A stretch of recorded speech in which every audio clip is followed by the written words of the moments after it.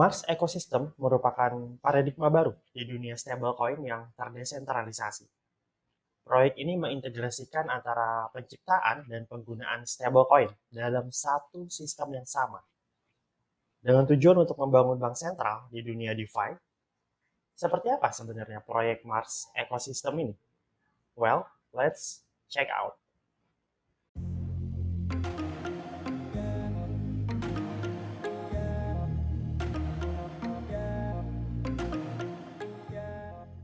Halo kawan-kawan, kita akan bahas tentang Mars Ecosystem kali ini. Oke, sebelum mulai, kita sebenarnya perlu intro dulu ya tentang apa yang mendasari terciptanya proyek ini. Jadi masifnya penggunaan stablecoin di dunia blockchain mulai meningkat di tahun 2020, di mana market cap dari berbagai stablecoin desentral tumbuh lebih dari 20 kali lipat. Kondisi ini menjadi potensi besar ya bagi stablecoin. Koin-koin dengan harga stabil seperti ini itu menjadi sebuah pilihan yang sangat menarik untuk bertransaksi di dunia kripto yang memiliki volatilitas sangat tinggi. Well, meski demikian ya, tidak semua stablecoin diterima di berbagai DeFi. Terdapat sejumlah hal yang harus dipenuhi oleh suatu stablecoin untuk akhirnya dapat diterima secara luas.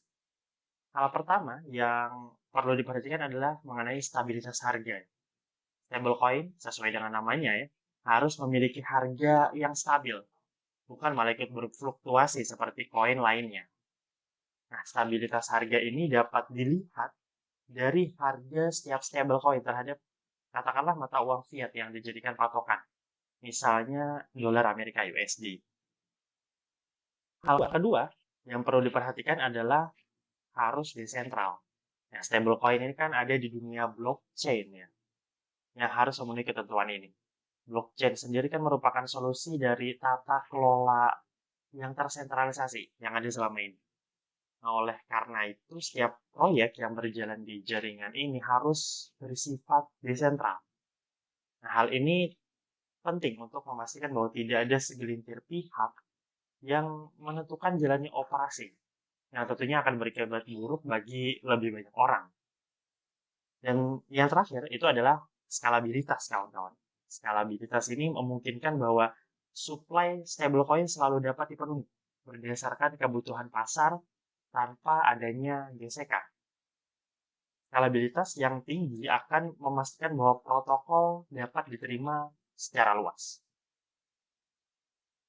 Oke, Mars Ecosystem ini merupakan sebuah proyek stablecoin baru, kawan-kawan. Ini stablecoin yang diusung oleh Mars Ecosystem, namanya itu USDM ya.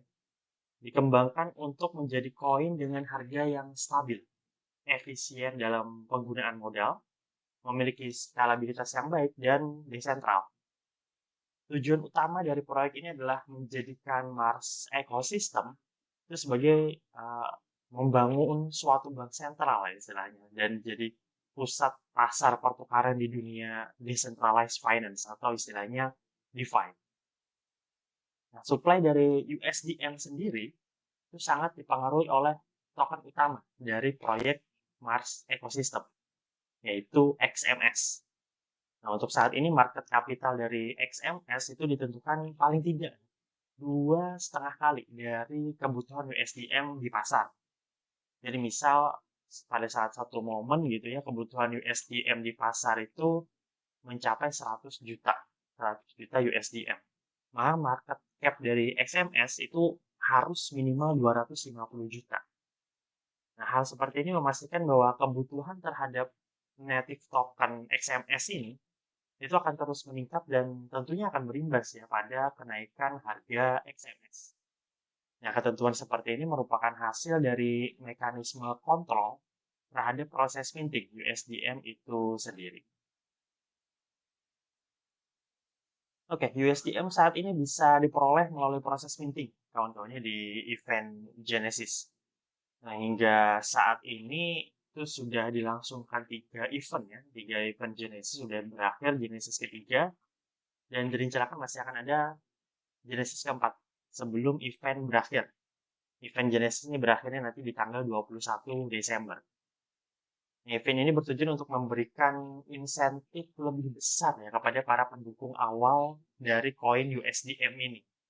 Insentif ini berupa pemberian APR yang sangat tinggi ya kawan-kawan ya, bagi peserta yang ikutan staking atau LP staking dan dapat diterima dalam berbagai macam koin ya sesuai pilihan kawan-kawan. Bisa XMS, terus bisa Bitcoin, BTC, Ethereum, ETH, terus BNB sama Cake. Nah, untuk APR-nya kayak gimana bisa kita lihat aja. Ini untuk APR per jam 2 tadi. Tapi ini setiap waktunya pasti berubah ya. Bisa terus-menerus berubah. Bisa naik, bisa turun, kadang naik, kadang turun, seperti itu. Nah, seperti yang terlihat ini bahwa APR USDM ya, USDM ini tinggi banget ya, padahal ini stable coin. Stable coin tapi APR-nya tinggi banget sampai 80%. Bahkan kalau kita ngambil rewardnya XMS sampai 466%. Nah, ini APR tingginya hanya berlaku saat event Genesis ya kawan-kawannya, begitu ya. Event Genesis selesai nanti APR-nya mungkin bakal turun, tapi bakal tetap lebih tinggi ya dari uh, swap tempat-tempat swap yang lain. Nah, bagi kawan-kawan yang tertarik untuk ikut serta, itu dapat menunggu event Genesis keempat. Nah, sampai saat ini sayangnya masih belum ada infonya ya kapan. Nah, sedangkan untuk alur untuk bisa ikut dalam serta dalam Genesis, ini kawan-kawan bisa lihat di gambar ini ya, ini alur untuk bisa ikut Genesis event untuk minting, untuk mencetak USDM. Jadi minting USDM ini kawan-kawan membutuhkan koin BUSD ya, Binance USD, dengan persentase 1:1. Jadi untuk setiap 1 BUSD yang dikontribusikan itu bakal menjadi 1 USDM. Karena kan harganya sama ya, ini kan stable coin. Nah, selain itu juga partisipan ya, kita-kita ini yang mau ikut tuh akan dipersyaratkan untuk melakukan staking SMS ya, dengan proporsi yang sudah ditentukan. Jadi kalau dari Genesis ketiga kemarin, setiap BUSD yang kita kontribusikan itu harus melakukan staking 1,5 SMS. Jadi 1 BUSD, 1,5 SMS. Berlaku kalau kelipatannya. Jadi misal kawan-kawan katakanlah mau minting USDM-nya 100 ya. Jadi kan butuh 100 BUSD. Nah, dengan 100 BUSD itu kawan-kawan juga disyaratkan untuk nge-stack 150 SMS. SMS ini bisa didapat dari Maxwap, bisa juga di PancakeSwap ya kawan-kawan. Nah, setiap BUSD yang kalian tadi kontribusikan itu bakal berubah menjadi USDM nanti. Adapun XMS yang tadi di stack, yang 1,5 kali di stack tadi itu bisa ditarik 7 hari setelah event Genesis berakhir. Jadi kalau Genesis keempat berakhirnya kapan ya 7 hari setelah itu kawan-kawan udah bisa narik SMS yang tadi dipersyaratkan untuk stack. Tapi ini 7 hari ini bisa berbeda-beda ya, bisa ada perubahan. Tapi selama ini masih sama ya aturannya 7 hari. Nah, itu tadi sekilas gambaran mengenai proyek Mars Ecosystem. Kawan-kawan yang tertarik dapat langsung mengunjungi ke marsecosystem.com. Untuk websitenya akan aku tulis di deskripsi di bawah. Oke, sekian video kali ini. Silahkan like kalau suka, dislike kalau nggak suka, komen kalau kalian ada pendapat mengenai proyek yang satu ini. Sampai jumpa lagi di video berikutnya.